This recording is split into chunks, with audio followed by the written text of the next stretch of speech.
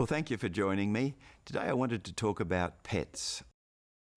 They're a part of the lives of many of us. We've just recently lost our Maltese Terrier. We'd had her as our special pet for about 19 years, so it brought home to us how much pets become part of your family and how much you care about them. And I wanted to just comment on pets in the context of estate planning, because we've had many clients over the years who've had pets and have been concerned about their welfare.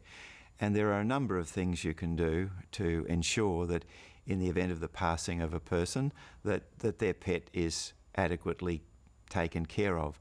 One of them is to simply leave the pet to somebody they know will look after it, and even have an alternate beneficiary of the pet, and provide with that gift of the pet itself a legacy of sum sufficient to make sure that the pet's not going to be a financial burden on the person who's going to take them.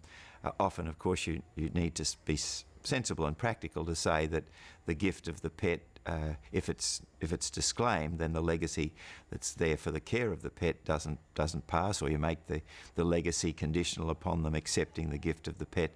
That's one thing that you would sensibly do.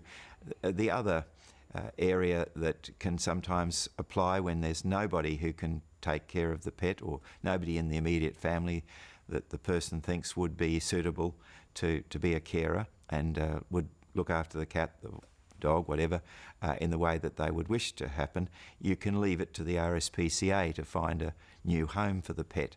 And I've done that, where you get a letter from the RSPCA saying, well, in consideration of a gift of X that you've indicated you'd be willing to provide for the RSPCA, that they would undertake to accept the pet and to find a suitable new home. And also, for the comfort of the pet owner, usually a provision to say that they won't be euthanized unless there are humane reasons that that's required.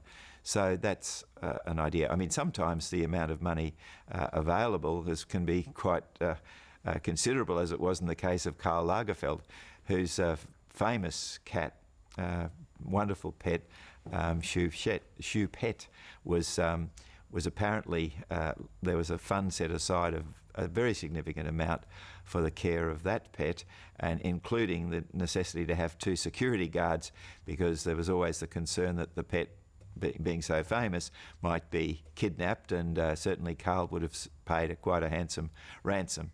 But most of us aren't able to do that, or interested to do that level of financial support. But we do have to think about the provision of finances, you might say, for the veterinary and other services that a pet requires.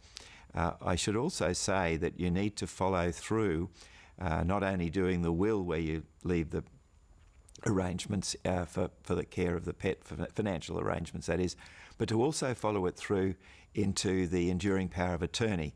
So we've often put into an enduring power of attorney where there are pets that the costs of maintaining them are an expense that they authorise and direct be made, and I think that sort of completes the circle as far as an estate planning aspect of pets is concerned. So just thought I'd make mention of those few comments, because pets are a part of everybody's, not everybody's, but most people's lives, and it's important that they form part of the estate plan.